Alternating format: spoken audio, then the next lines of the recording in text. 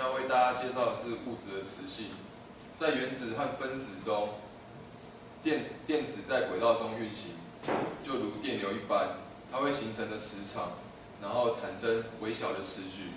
然后物质的磁性可以分为3个部分，一种叫顺磁性，一种是反磁性，一种是铁磁性。顺磁性是这样子的，它的原子和分子中，它有永久的磁矩。如果在我们不加磁场、外加磁场下面的话，它的磁矩是随意排列的。然后，如果我们外加一个磁矩的话，外加一个磁场的话，它的磁矩就会与外部磁场指向同一个方向。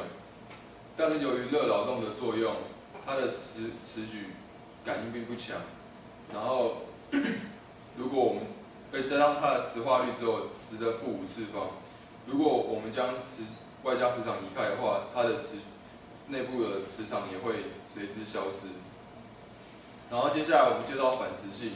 其实反磁性它大部分的内容是跟顺磁性一样，它也有永久的磁矩，然后在不外加磁场下，它的方向是随意排列。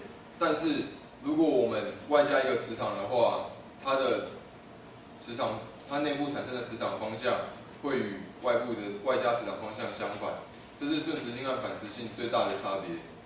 然后最后我们来介绍一个叫铁磁性。铁磁性它是电子自旋，它受的一个复杂的量子作用，它会形成一块一块的区域，那个区域我们称为磁域。然后它们内部的磁矩会指向同一个方向，产生核磁场。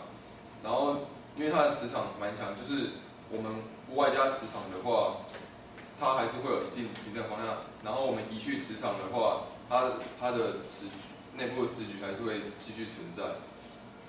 然后铁磁性还有一个特征，它的东西叫居里温度，它是在1895年的时候居里先生发现的。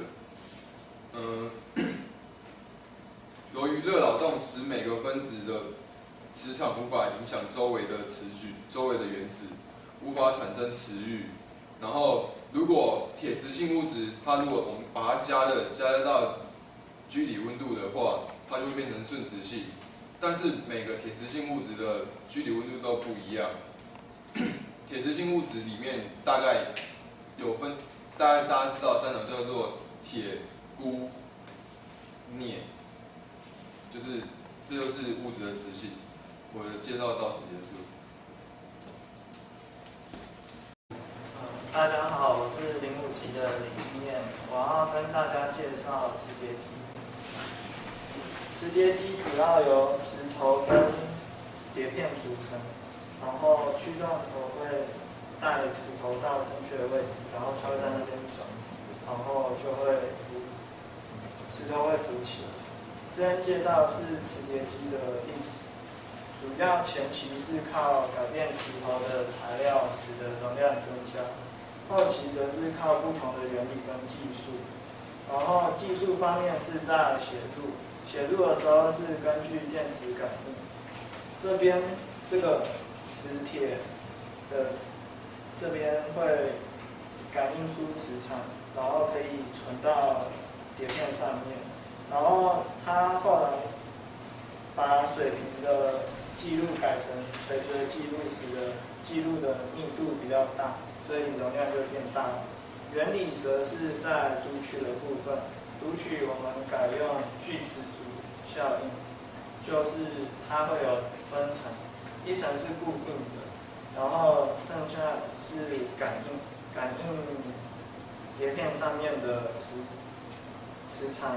然后如果它们电子如果电子的自旋如果跟固定层的那个磁矩方向一样的话，电子的就是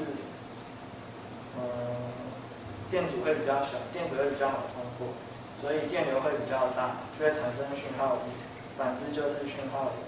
那我的部分到此结束。大家好，我是郑浩轩。我今天要介绍的是磁浮陀螺。磁浮陀螺是由一个带有磁铁的陀螺以及一个具有磁铁的磁盘组成的。今天我们给予陀螺一个向上的角动量，使其在磁盘上面稳定的旋转。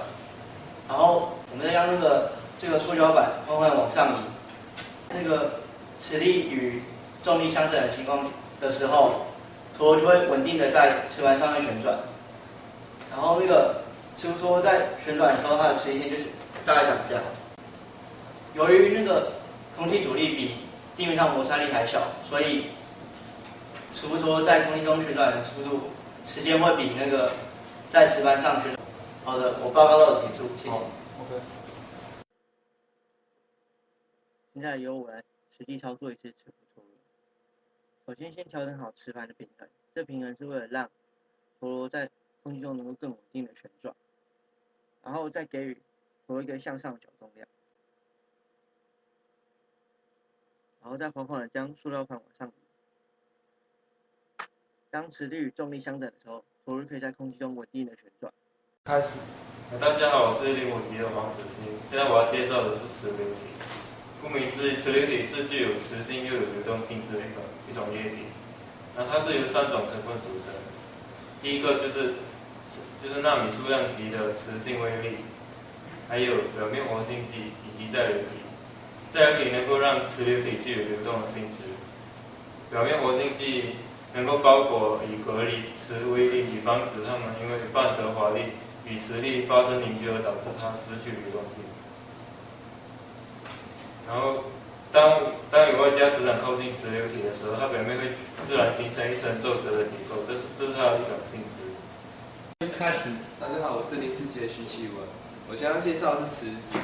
磁阻的东西就像是我们平常在电路中看到的电阻，它运作方式也非常类似。像电路中的电流也等同于在磁阻上面的磁通量，然后电流通常会往电阻较小的方向流过，而磁通量也是一样，它都往磁阻方向较小的地方流过。然后在我们的在磁阻上面，周围物质上面也会决定磁阻的大小，像在真空或者是空气中磁阻就会比较小，然后在容易被磁化的物质上面，比如说软铁，它的磁阻就会比较大。然后我们常见磁阻中有5种，有长磁阻、巨磁阻、异相磁阻、超巨磁阻，还有穿隧磁阻。然后长磁阻主要是来自于劳伦兹力，它的电子与重离子它的碰撞几率会与外加磁场有关系。当外加磁场变大的时候，它的金属的电阻值就会变大。然后接下来我要介绍的是异相磁阻。异相磁阻主要发生在铁磁性物质，比如说铁钴镍或者它的合金里面。这些铁磁性物质它的内交互作用非常大，然后所以我们在它电子的行进路径也非常小，所以我们容易在薄膜状态下观察到它的磁阻效应。然后它的纵向的磁阻通常为正值，然后横向的磁阻为负值，所以我们称为异相磁阻。然后还有巨磁阻，巨磁阻我们通常称为 GMR， 然后它主要是在那个铁铬的多层膜上面发现巨磁阻的效应。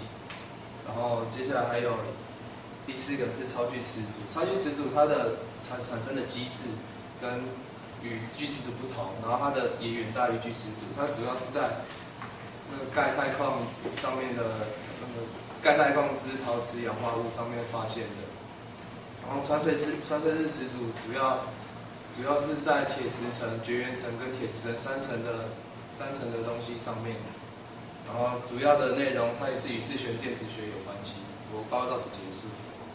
接下来我要介绍一种东西叫自旋电子学，这是一种创新的科技，它是用来操作电子旋度的科学。这是一种新兴的技术，它应用于此的材料，它需要非常高度的电子极化率，还有较长的电子松弛时间。许多新兴材料中，例如磁性半导体以及半金属等，它近年来被广泛的研究，以符合此种技术应用所要需求的性质。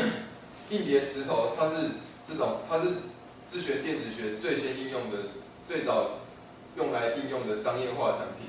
此外，还有许多充满潜力的应用，例如磁性随机记忆体，以及自旋场发射电晶体，还有自旋发光二极体等，这些都是近年来大家主力研究自旋电子学的范围。接下来我们来看这两张图，之前电子会有自旋，一般物质中向上的电子自旋以及向下的电子自旋数目是相等的，但是铁磁性物质的向上以及向下的电子自旋它是不相等的。铁磁性物质的图就是如这一张，它的向上以及向下的电子自旋电子数目是不相等的。然而一般的物质它都是像这张图片，然后晶体上的电子显示图自旋向上及自旋向下的是相等的。这个就是自旋电子学。我的报告到此结束。